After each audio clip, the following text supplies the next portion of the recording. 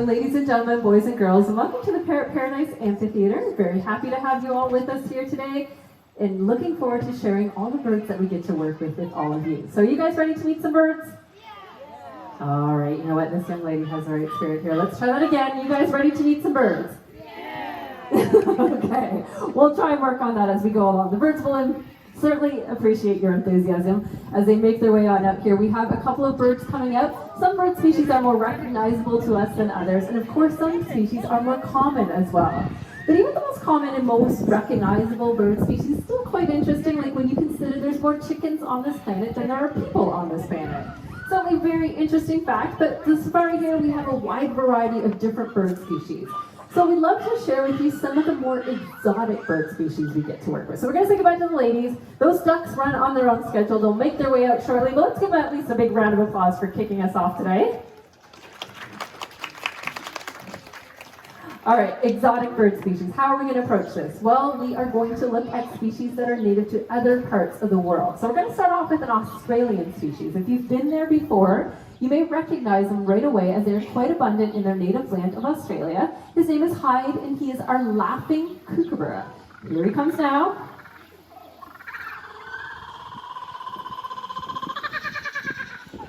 I think you now know why we call them the laughing kookaburra. They are certainly well known in the animal kingdom. They have a very distinct laughing call. So quite often it's used as a territorial call. And that's what Hyde's looking to accomplish there. He hatched here at the safari almost 20 years ago now. He's been flying in our demonstrations for nearly that entire time. And for him, this is his hunting territory. So Laughing Out claims it as his own. And he is looking to have another kookaburra laugh right back, just to make sure there's not any in the neighboring area, so they can establish where one territory ends and the next begin. Just on cue as I say that, those are his parents out on display laughing right back. Tends to be a little bit of a ritual the two of them have established throughout our presentations. And as I said, it's often exactly the way they'd use that laugh out in the wild. And I did mention that they are native to Australia. Well, in their native land, they love to eat small mammals, small reptiles, and insects. Hyde, you've had a good chuckle, a few laughs. How about one last snack? We're going to get you to take that long flight home. Off you go, sir. Pauses for effect. And there you have Hyde, our laughing kookaburra. Next bird we'd like to have come on out here is certainly well recognized just due to his sheer beauty alone. Absolutely stunning bird native to India. This is in fact the national bird of India. Rounding that back corner is Raj. He is our Indian peafowl. Now more specifically, we can call him a peacock. He's a male, females are peahens, and young are pea chicks. You can tell by looking at him, he has that beautiful blue color to his head and his neck, distinguishing him as a male peafowl. Females are quite a bit duller in color. Browns, greens, beiges all help them to camouflage, especially as they incubate their eggs on the ground. Now, he's missing one thing in particular, and that is his train feathers that we know these guys so well known for. Now, they are not there because it is past the breeding season, so that is the exact reason why male peafowl have those feathers. They use them to prop up, display, attract a female during this time of year. Once the season is over and breeding season is done, they lose them one by one because they do weigh the males down in flight, which makes them more vulnerable to predation.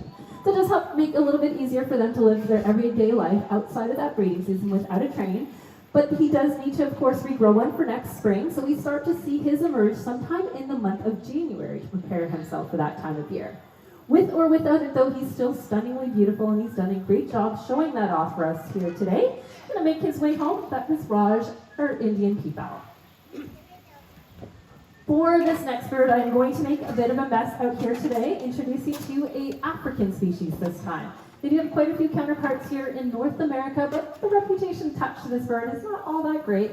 I tend to think of them as a little bit dirty, a little bit disgusting. Here he is, Minnie Joe, our African pied crow. Just a crow species native to Africa. He's going to be doing a bit of recycling out here today, trying to convince you that crows are not deserving of the reputation attached to their name. We often think of them as being dirty and disgusting as we see them perched along the roadside, rummaging through our garbage, eating a little bit of that, and of course, eating some roadkill. All sounds pretty disgusting to your eye, but when you think of it from the bird's perspective, it is a nice, easy meal. They're being opportunistic, and in doing so, they help to clear nature's way of germs and diseases. It doesn't only make it safer for us, but it does as well for other animals in the wild. Our hope is that meeting our Minnie Joe today has changed your opinion on your backyard crows. Off goes Minnie Joe, our African pied crow. Now, some birds you're used to seeing in their natural environments, but others you may recognize for different reasons, like maybe they're the mascot of your favorite sports team, or maybe they're the face of your favorite breakfast cereal. This is the case with our next bird joining us is Paya.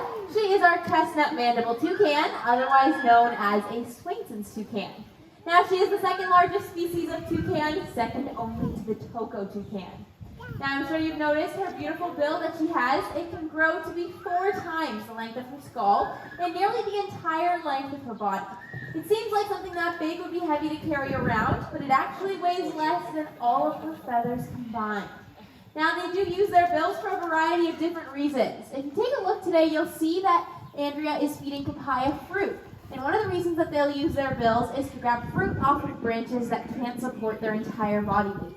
These birds are called frugivores, which is a fancy word simply meaning that their diet consists mainly of fruit, but during the breeding season, they're going to require higher protein levels. So they're going to use their bill in a new way, and that is as an intimidation factor. They're going to swoop into neighboring nests, eat their eggs and fledglings, and then have that higher protein diet. Now, if we had a male toucan out here, you would notice that his bill would be larger and slightly more curved than Papaya's, and that's another reason why they might choose to use their bill for mate selection. Now, one final reason for using that bill is thermal regulation. So just like the radiator in your car, she can adjust her internal body temperature based on her surroundings through using her bill. Now, these birds typically nest in hollow tree cavities, which are typically pretty small, and you'll notice that Papaya is quite large. So what have they done? They've adapted to this situation. Their bones are in a unique ball and socket formation. This allows her to tuck her head right up against her back so she can fit in those hollow tree cavities no problem. Now, toucans do have a common relative here in Ontario. It's one that is quite surprising, and that's actually the woodpecker. And that's due to their feather-like tongues and unique feet. But Papaya has done an excellent job out here for us today. She's going to head on home. How about a round of applause for her today? Now, a popular face of many tropical destinations are members of the parrot family. There are over 350 different parrot species. However, unfortunately, over 50% of these are endangered or threatened. Now, this is due to a variety of different factors, such as trapping for the illegal pet trade, deforestation, and loss of nesting sites. Here at the African Lion Safari, however, we are lucky enough to house a variety of these absolutely beautiful birds, some of which we'd love to introduce to you all right now. Now, as they round that back corner, you'll see just how beautiful they are. They stand out a little bit here in our more dull safari environment, but if you imagine them in their rainforest homes, they blend in really well. Take a look at their feathers. Those reds and yellows blend into the fruits, the blues with the shadows of the rainforest, and the greens with the leaves. Now, you'll notice they have really big beaks that they can use to crack into nuts, which is part of their diet. They also can use the bone that's in their tongue to tap into fruits. But my favorite reason for why they use their beaks, well, take a look, has a third foot, making them very acrobatic by nature. Now, they also have very unique feet. Just like Papaya, our toucan, they have zygodactyl toes. This means they have 2 toes facing forwards, 2 facing backwards, which allows them to have a better grip on the branches and trees in which they live. Now, of course, these birds take flight, and they are a stunning thing to see. They can reach speeds of up to 50 to 60 kilometers an hour. And then look at those beautiful long tail feathers. They use those feathers to help steer themselves, and they can actually fan them out to have a nice, safe landing. Now, Fever and Olivia have done an excellent job showing off Parrot's characteristics for us today. Ladies, why don't you take a bow? Can we have a round of applause for Fever and Olivia today? Awesome. Well, parrots, they do have a great range of different characteristics, but they are well known for one thing in particular, and that is, of course, talking or mimicking. Now, contrary to popular belief, it's actually not the larger birds like the macaws that we had out here today that are the best talkers, but it's the smaller birds like the Amazons and budgies. Center stage here is our friend Fernando. He's a yellow-naped Amazon. He loves to talk, so let's see what he has to say for you guys today. All right, I'd like to start off by greeting everyone. Hello. Pretty cheerful little guy, and a polite little question. How are you? Hello. I don't know, that was a pretty mumbled, how are you? Cannot tell by looking at him, he's a male of his species. Only reason why I know that is we've actually taken a drop of his blood, sent it away to the lab, looked at his DNA to determine all that.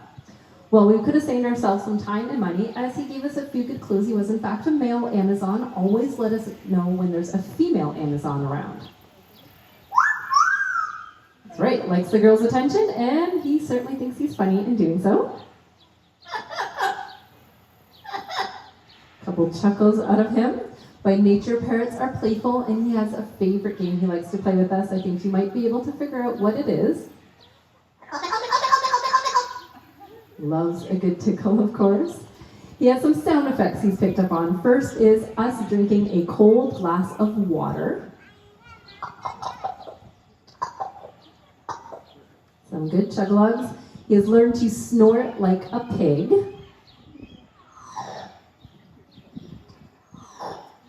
Bit rude with that one, but we're not done yet. He barks like a dog.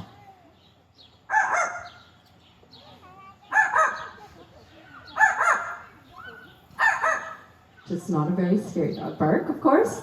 He's obviously talented, and his talents do extend musically. Loves whistling, singing, and dancing. So warming him up with some dance moves. Nice little warm up to his whistling. He's ready to whistle, and he does make this up as he goes along. So we'll see what he has for you all today.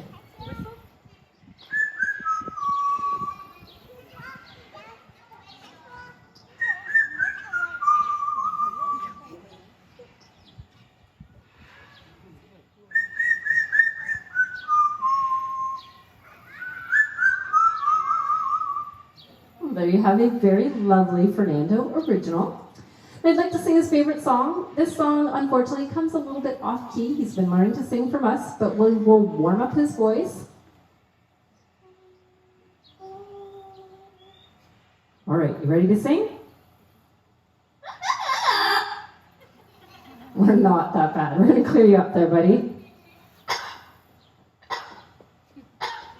All right, few coughs, a little bit of a treat, and let's see what he has in store. Can you sing?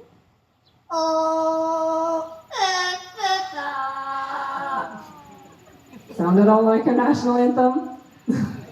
All right, well, we don't have parrots native to this country. All the ones here have hatched in Canada, and he is very proud of that. So let's hear that one more time.